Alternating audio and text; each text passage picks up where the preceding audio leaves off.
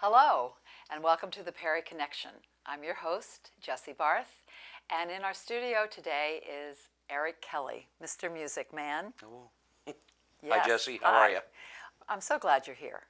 And of course, anyone who lives in Perry or has lived in Perry knows of you and the Kellys, your music legacy, the golden thread legacy. Yeah. So in this half hour, we really want to explore your personal story, your family story, and do it through some music. Beautiful. So can we get started with a song? Is there one particular song that is sort of a theme song or something you'd like to start out with? Yeah, I've got one here that I like that we do a lot with the old timers and. Okay, that's Kelly's Old Timers. Kelly's Old Timers, yep. Still playing. Still playing, yeah. Okay.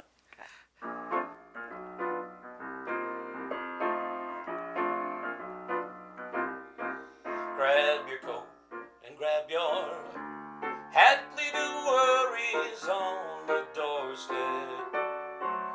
Just direct your feet to the sunny side of the street. Can't you hear that pitter pat? Well, that happy sound is your feet. Life could be so sweet on the sunny side of the street.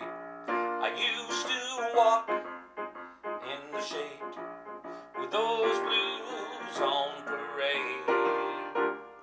But I'm not afraid. This rover turned over. If I never had a cent, I'd be rich as Rockefeller. Gold dust at my feet on the sunny side of the street. On the sunny side of the street. On the sunny side of the street.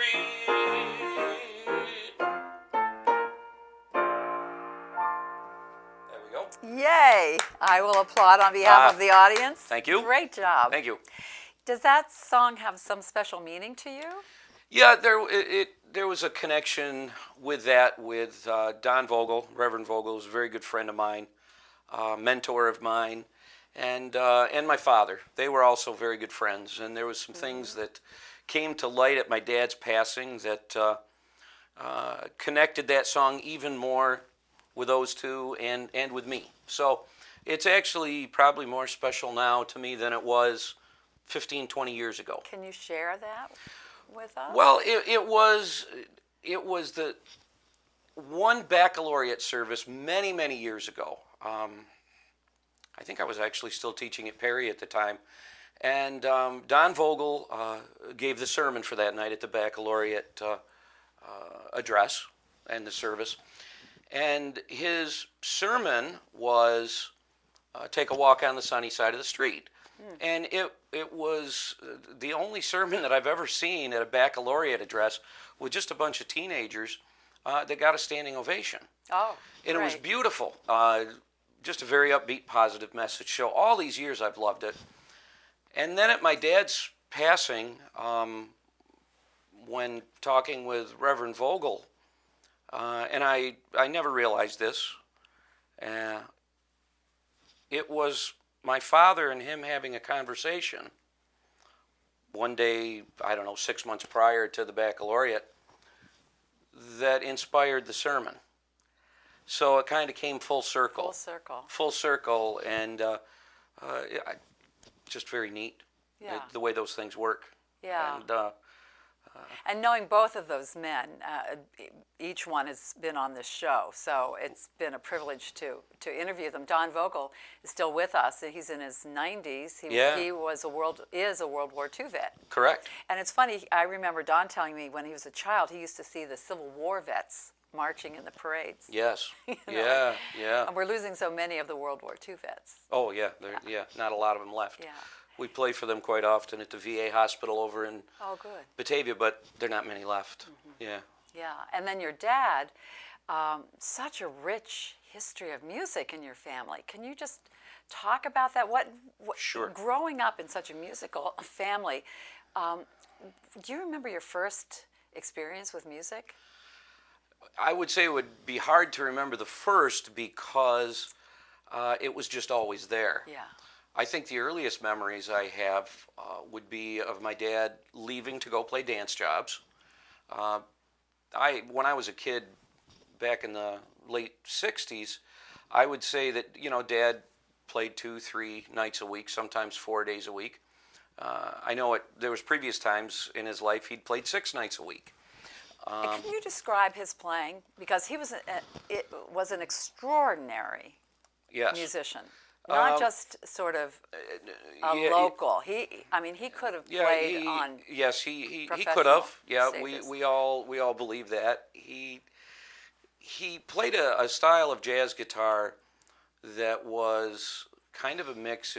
If you know the likes of Les Paul, Right. if you know the likes of Django Reinhardt, Charlie Christian, an early guitarist that started playing lead guitar, because of course in the early big bands, guitars were not allowed to even be amplified, number one, or play lead. They were just there to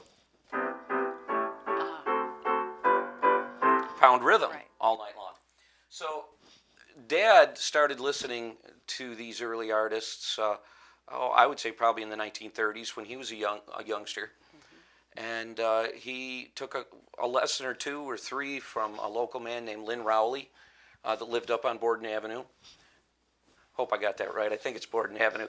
And but then started working on these styles of these players that were, his peers in a sense, a little bit older, but his peers. And that's how he started that style that he played, and it's never really been, I don't know, matched, I guess, around this area anyways. Yeah. I don't know, people that played in that style. It's a funny thing. I just have to mention this, and you might not even know what I'm going to say, is that I asked your dad who was his influence, and he apparently had heard John Barth and the Barth brothers sure, yeah. play guitar, Absolutely. and that's my husband's dad. Absolutely. Isn't that funny? It It's is. such a small world, and that inspired him to learn the guitar. Sure, yeah, absolutely. I mean, one thing that it's hard for folks to understand these days is that what people did for entertainment in those days was listen to music, live music. They danced, they listened to music. I mean, yeah, the advent of radio was just starting to come out, and movies a little bit, but the main thing was still to get together and have house parties and dances and many things like that. In a way, it's sad that that's not still the norm. It should be, because we're starting to lose our humanness a little bit. Yeah. Well, this half hour is going to fly, so Sure. excuse me if I take us. Now, was your dad part of the Citizens Community Band? No, he never played in that group. Dad came from kind of a different tradition. The tradition of the Kelly family starts back with my great grandparents. That's what I want to touch on. Yeah. Tell me that story. Well, as the story goes, now of course these get embellished over the years, so who knows what's That true makes and them what's better. not true, right? That's okay. But it's very, very simple. I'm part Phillips. The Okay. Phillips family. That was your mom's. No, that was on my dad's side, Phillips and Kelly. Okay. So way back, my great grandparents, Mary Phillips, and my great grandfather, Sam Kelly. Sam played the fiddle, Mary played the piano, and supposedly the story on the street is that they met at a dance, and they were making music, and then they had their children, my 3 aunts and uncle and my grandfather, and they had the Kelly Orchestra in the early 1900s, and they played very typical dance music of that era, a lot of waltzes, some standard concert band music, and then my Uncle Woody and my dad primarily played musical instruments from the next generation down. My Uncle Woody was a very good accordion player and took lessons from Roxy Kakamas from Roxy's Music in Batavia. Oh, okay. And then through the years, it came down, and here we are. Yeah. Now tell me about the Citizens Community Band, which I believe is the oldest continuous musical organization in Perry. I Right? believe so. Yeah, it did take a small hiatus for a while, but the community band, the citizens band, it's been called both over the years. Okay. Was started, I believe, around 1911, and my grandfather Chubb Kelly was involved in starting that with a bunch of other fellas. And the band played under the directorship of many people for quite a few years. And more recently, Bob Good, Marcia Niles' father, Choral director. choral director, was principal Perry at High. Perry Central for a Really? while. Yeah, Oh, yes. okay.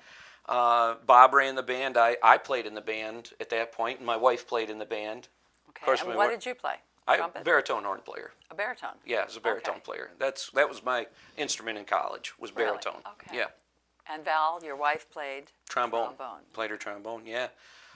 So that band has kind of played on and off for many years.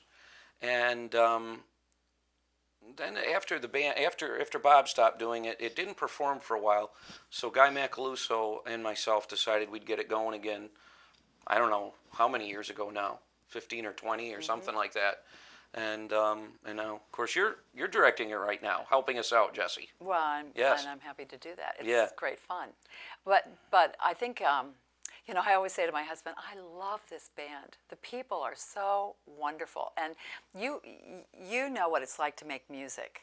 I mean, being married to a musician, Right. you have that special bond through music that you don't have other ways. Maybe with sports, but still, it's still different. I don't know if with music, and maybe you can shed some light on this, you've got that beat, you've got Sure. the harmony.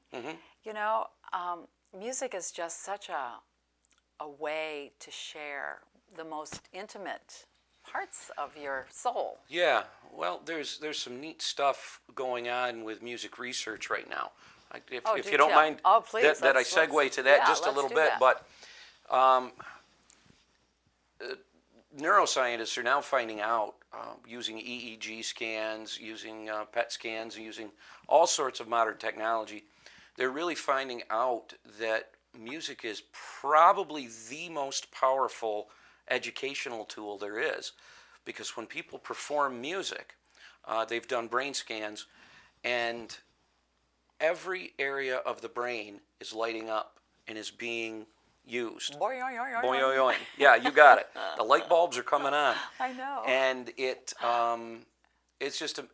just amazes me that it of course takes the education field so long to catch on to the fact of, it's because there isn't a standardized test that goes with it. So, but the big and little is they are starting to find it out, and they're starting to find out that music helps dementia and age-related problems immensely, and it actually can bring people back for short periods of time so they can experience life as they used to. Right. Yeah. Right.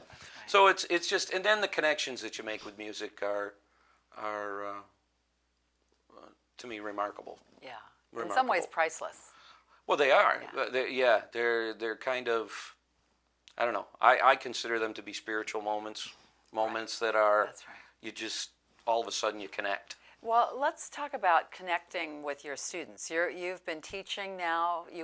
Let's hear a little bit of your past in connection with teaching. You went to what school? Went to SUNY Geneseo. They used to have a program down there connected with Nazareth College. Okay. And I was actually the last guy to go through it. I was grandfathered through. So I did my undergrad work at Geneseo and my student teaching at Nazareth. Okay. I had to spend a semester at Nazareth. So that's where my degree is from. And you graduated from Perry High School in what year? in 1983. 83. Okay. Yeah, graduated 83. And you had Don Hughes. I had Don Hughes, one of my very best friends and mentors, and it was an honor and a pleasure, really. I just think of nothing but, fun stories working with Don and his son Mike over the years, and all the connections that were there. And some of the very best times. I always enjoyed working with Don in school, but then after school, I think some of the most enlightening and special times were probably the last 10 years, when I'd pick Don up for a dance job and we'd go play somewhere together, and then the rides home, Right. the conversations we had were wonderful, just wonderful. How precious. Well, good mentors. Yeah. I mean, when you get a good mentor, somebody that you can just suck it all in, you have to take it. Yeah. So. Yeah. So now, speaking of mentors, I'm sure you mentor many people. In fact, our director here, Dave Boyer, studied guitar with you. Sure. Dave was a good student. Yeah, I'm sure. He's a good director.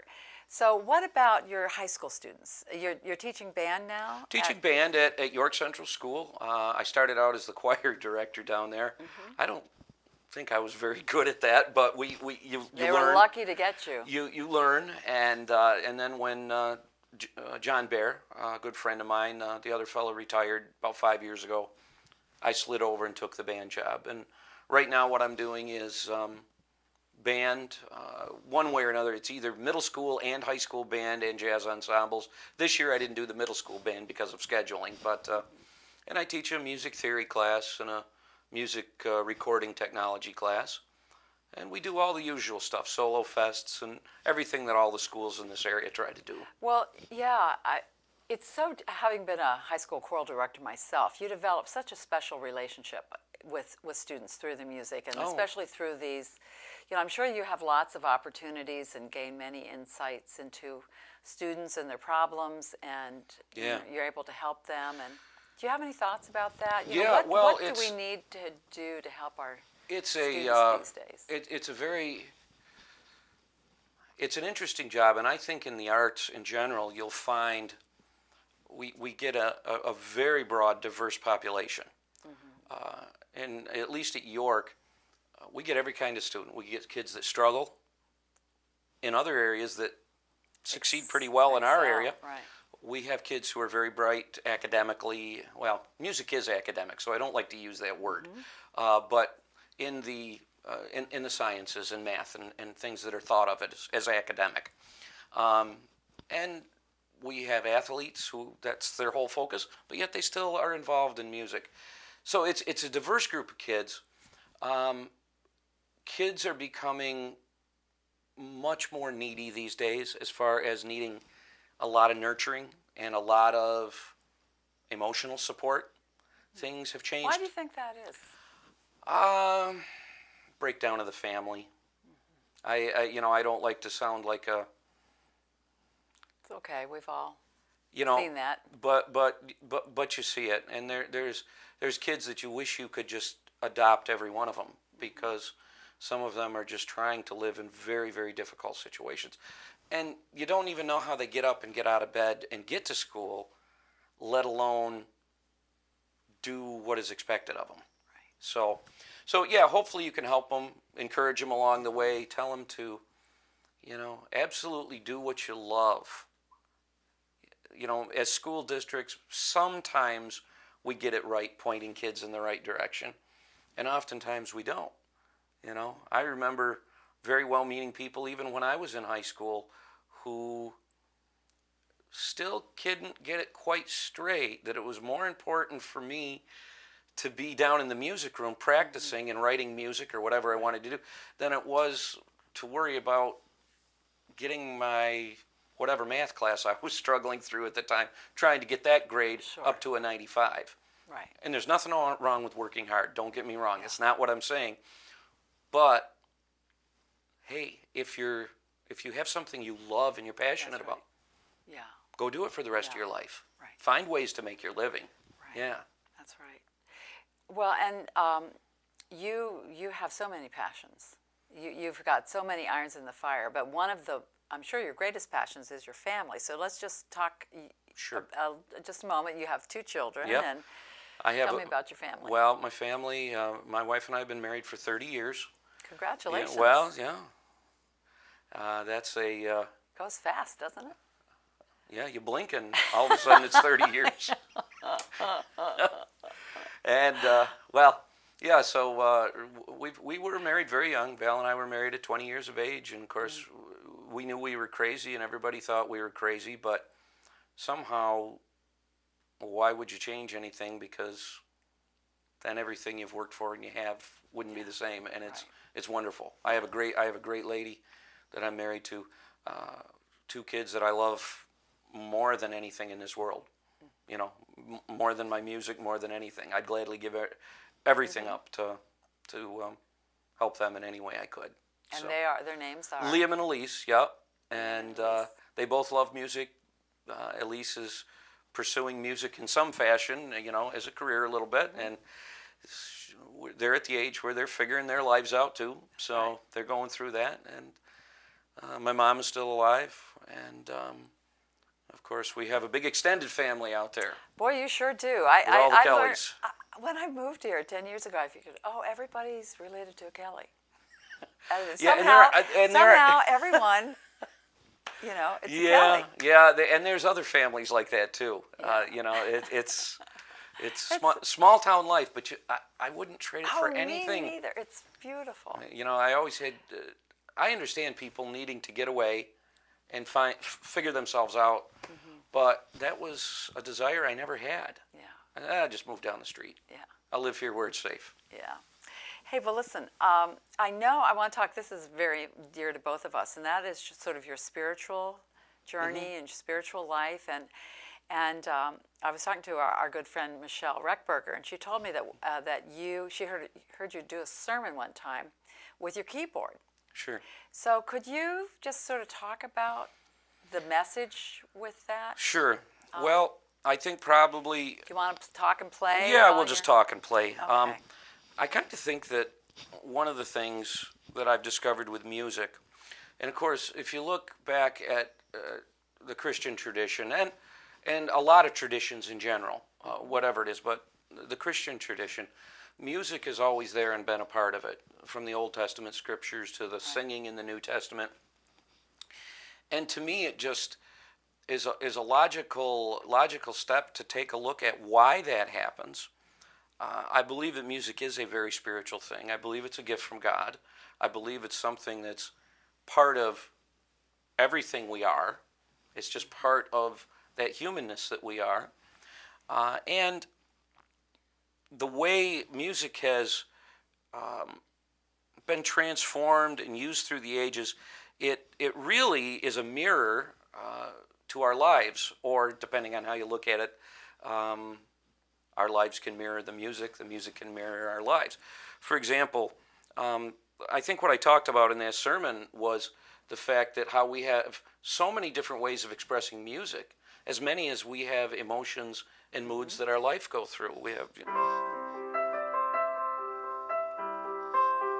you know, some days you feel like that.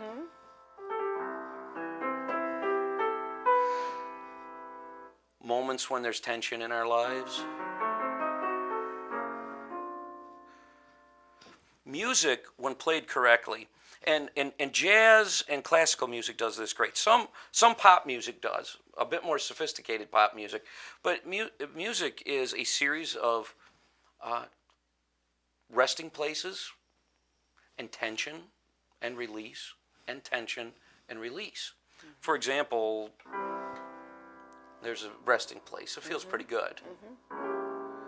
Okay, now you don't want the whole song to sit there on that chord. No. Just like in our lives, we have these moments or times we go through. That's tension. Yeah. You don't want to stay there. The music's looking to go somewhere, as we as people want to go somewhere. So it's that journey.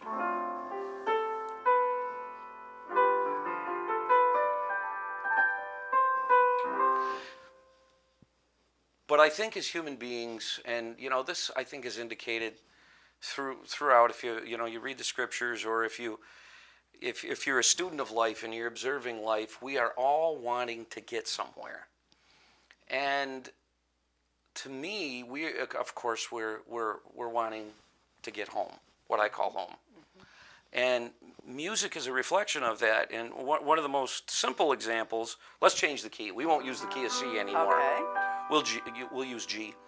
But, for example, when you go through a song, And I don't know if they ever did this to you in music college, but they would do this to us. We'd be practicing, and you'd have some wise guy or Weisenheimer in one of the practice rooms. They'd do this.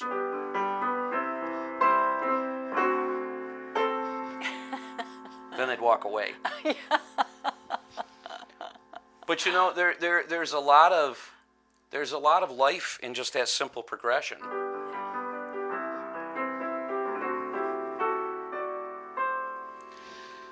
I think there's so many folks that are searching in life. They get left on that 5-7 chord. And I tell the kids in music theory all the time, 5-7 chord wants to go home and get a sandwich. Because a sandwich is good. Yeah. You know, we all like sandwiches. Right, fellas? Peanut Who doesn't like jelly, a sandwich, yeah, right? Amen. So you want to get home. And so much of our lives are spent on that chord. But we want to get here.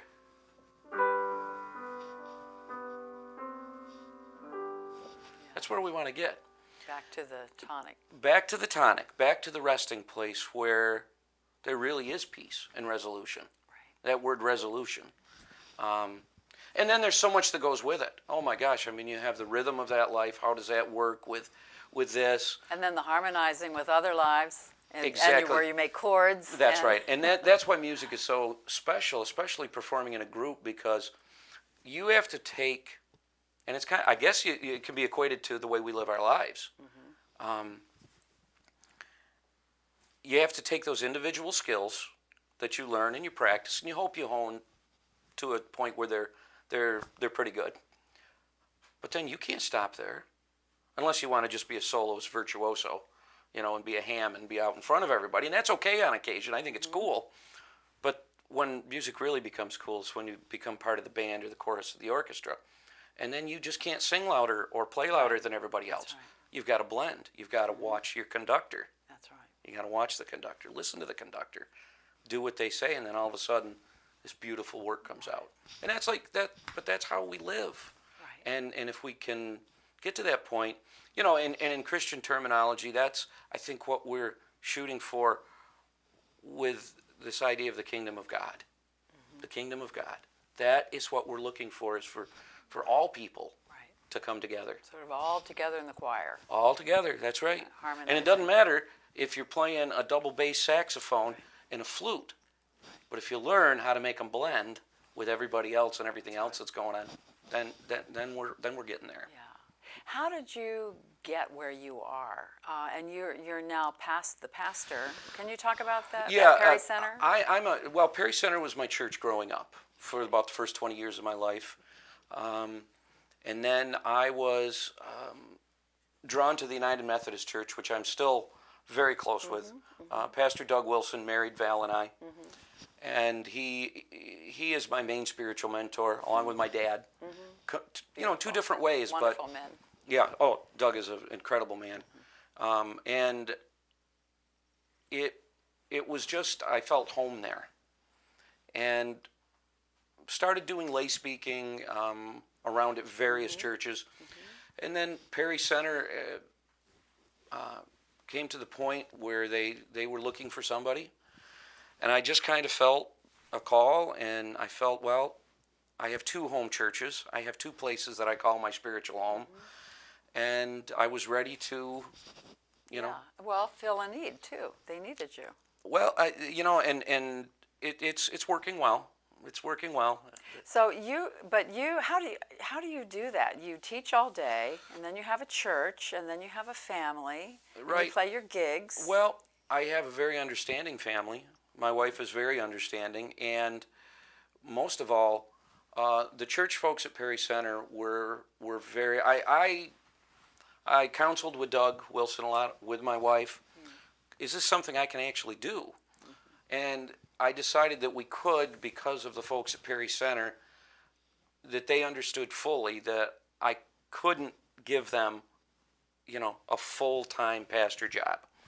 And we have a visitation committee out there that helps do visiting, which is the hardest part of the job for me, because it's just a time thing. Oh, sure. Well, and that brings everybody into the choir, so to speak. Exactly. Everyone feels some responsibility. Yeah, and that's important.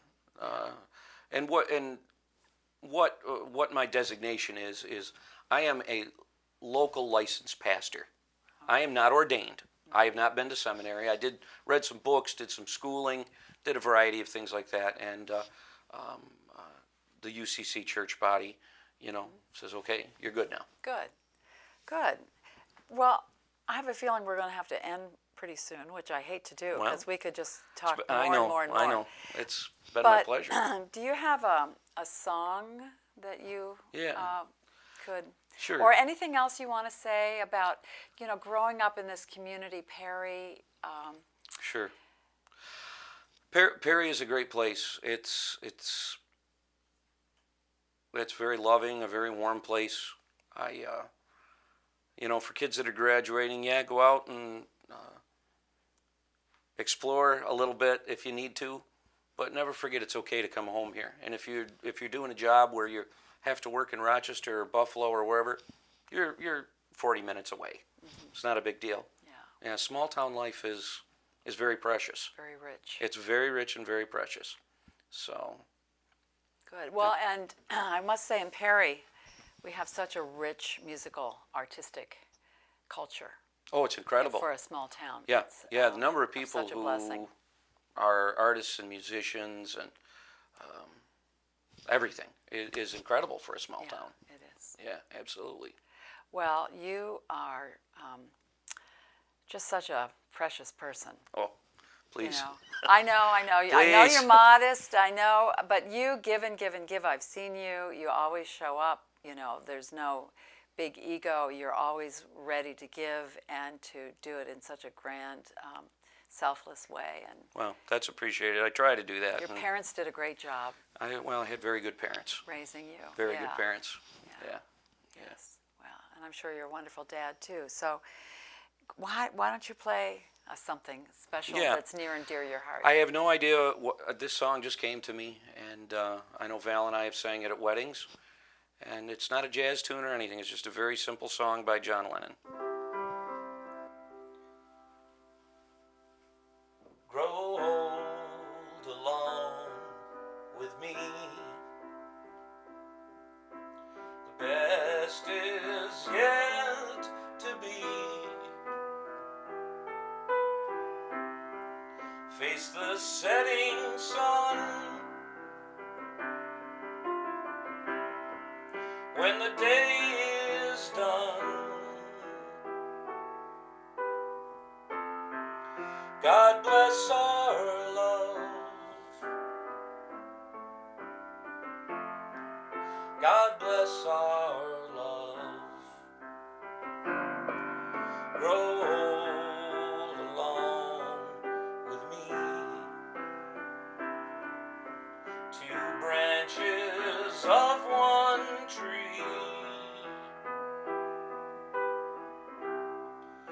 The two shall be as one when the day is done. God bless our love. God bless our love. Sharing our lives together, man and wife together, world without end, world without end. Grow old along with me. The best is yet to be. God bless our love. God bless our love. God bless our love.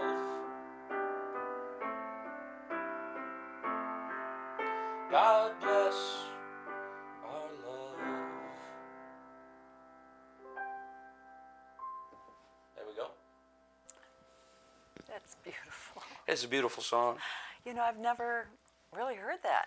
Yeah, I actually think it's based on a Bach piece, if I'm not mistaken. Really? But yeah, that was a very little known John Lennon song that was like a tape that never got finished. And yeah, I can hardly ever make it through that song. Oh, wow. So yeah, it's a good one. It's a good one. Yeah, it's a good It's a one. good one. And this was a good show. Well, I thank you, and I'm sorry it took me so long to get here. It's Well, it's worth the wait. well, I appreciate it. Yeah, it's great. Thanks to all these guys doing the work here. Yeah, we've got a great team. Yeah, Great team. beautiful. And thank you for joining us on the Perry Connection. And we hope to see you again soon. Thanks for joining us.